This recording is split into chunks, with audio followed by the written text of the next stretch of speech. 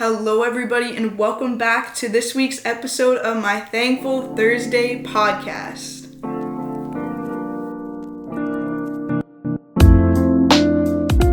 Also, I'm welcoming everybody back to episode 4 already, where we're going to be talking about the art of slowing down.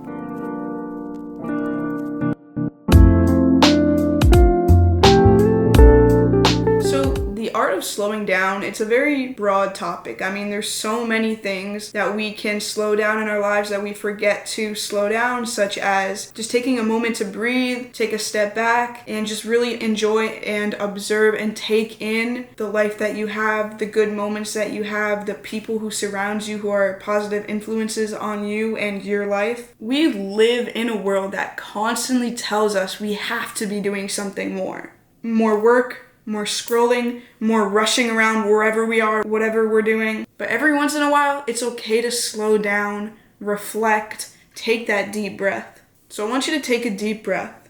Relax your jaw, relax your mouth. If your tongue's at the roof of your mouth right now, relax it. Unclench your jaw, lower your shoulders, and just listen. Take a deep breath and look around.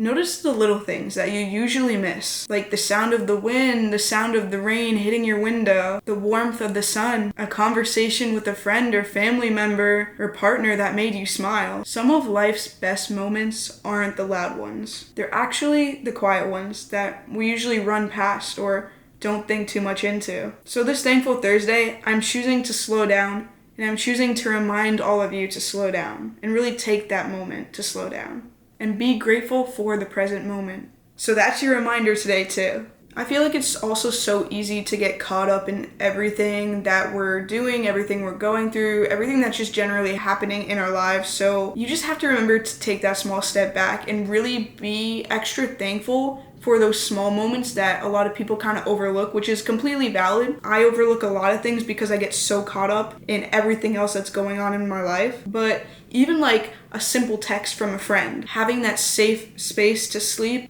or even a safe space at work, a safe space at your friend's house, wherever your safe space may be, that's another thing to be thankful for. Even a sunset after a stressful day, laughing until your stomach hurts with your best friends, your coworker, your family, whoever it might be. Even air conditioning on a hot day. Also just being healthy enough, being healthy to be able to see or hear or be able to walk or do activities every day.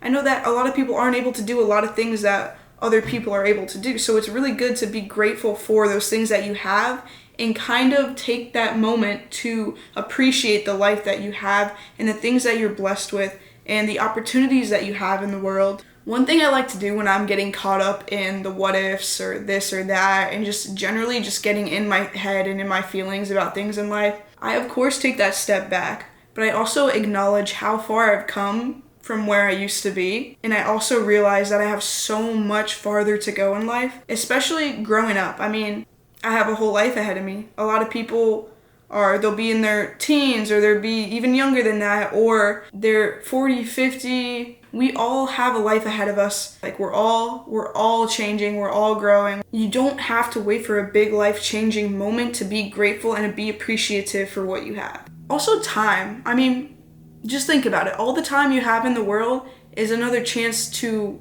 get to where you want to be or do that thing you want to do.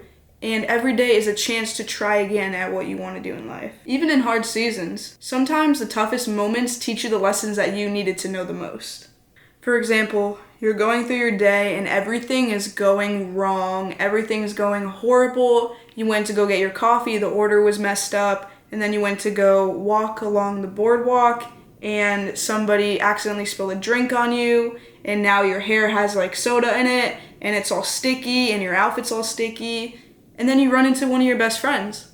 You guys have a really nice talk and you learn to appreciate the conversation that you're having with each other and just generally being with them and having a nice talk, and you just feel that good warm feeling inside. Even one little thing in your timeline of a day can really change the rest of your day and how you go about the rest of your day. So even a tough moment or a frustrating moment can end up being a good moment, or it can teach you something. I mean, even though bad things happen, you learn to appreciate going through those times and having those experiences, because maybe that experience teaches you what to look out for in the future. If you see somebody holding their soda can and it looks like it's about to, spill on you, and you're kind of walking towards them or walking beside them, maybe step away a little bit, avoid that situation because you can see it happening. You have to be aware of your surroundings and the situations that you're in or the situations that you're by, because you never know what could happen. But honestly, everything really does happen for a reason,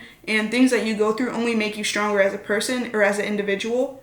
Another thing I like to do to appreciate my time and my life a little more is by reflecting on the things that I've accomplished in my life and thinking about how my younger self would feel about those things. I've graduated high school, I've gotten to film festivals, I've been able to showcase my work, I've been able to make a difference in the world, I've been able to spread my positivity, all these amazing things. How would your younger self feel about the positive things that you've done to change the world? Everybody can change the world in their own way, and I think that's a beautiful thing. But what would your younger self want you to do? What would your younger self think of the person you are now? And what would their reaction be, is what I like to think on reflecting about my life and what else I want to do in life and how far I want to go. I want you to think about a time, a person, a place, a setting, an item, even that you took for granted, and how you kind of learn to appreciate that, whether that person or that thing or that item or that place is still in your life or not.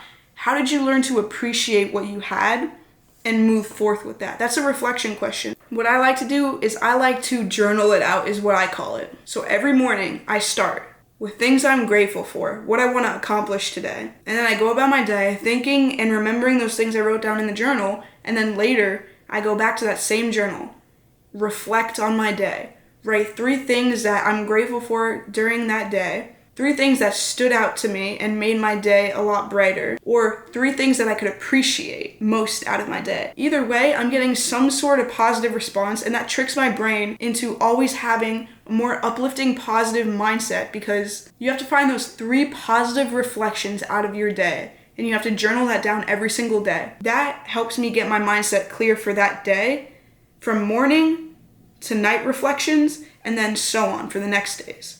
I'm going to give you a list of things that you can do to kind of slow down and relax and live more in the moment.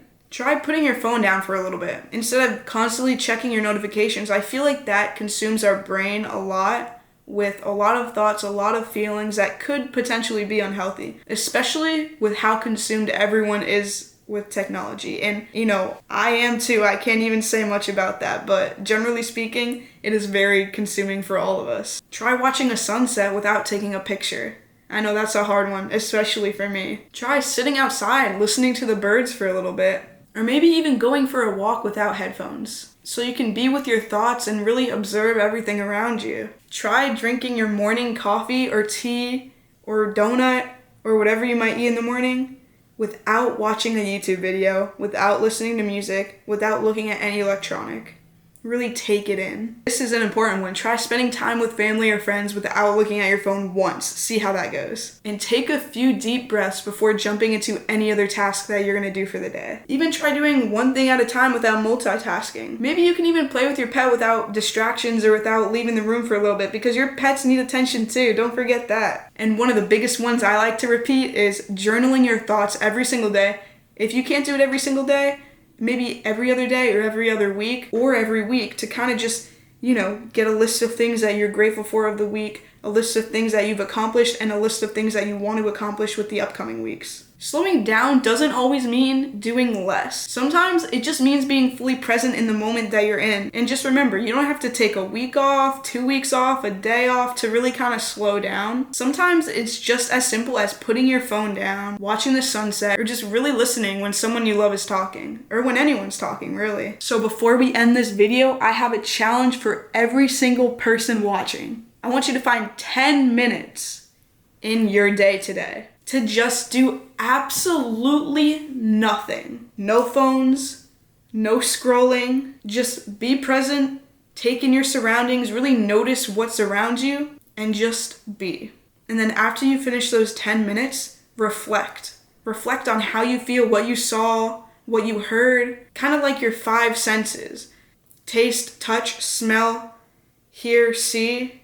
So take in all those senses and reflect on those 10 minutes that you've had away from everything around you, any distraction. And remind yourself that it's okay to slow down. It's okay to take that step back. Because at the end of the day, we need that step back. We need to reflect. We need to take that deep breath. We need to unclench our body, unclench our jaw, reset our mind. And the best way to do that is to slow down and take that time for yourself. So again, my challenge for you this week is to really take the time to slow down. Even if it's only for 10 minutes, you can even go longer if you want to, because the world can wait for just those 10 minutes even. Your peace of mind cannot wait. Let me know in the comments if you're gonna try it, and I hope you have a blessed rest of your Thankful Thursday, a blessed rest of your week, your day, your month, your evening, your night, your afternoon, your morning. Remember to take a moment to slow down, to breathe, really be in your element, be in the moment that you're in. And just remember that life is short and life is precious, and we really should value the time that we have on this earth because it doesn't last forever. And stay tuned for next week's episode of Thankful Thursday. Thanks for tuning into my podcast. I will see you all next week. Peace out.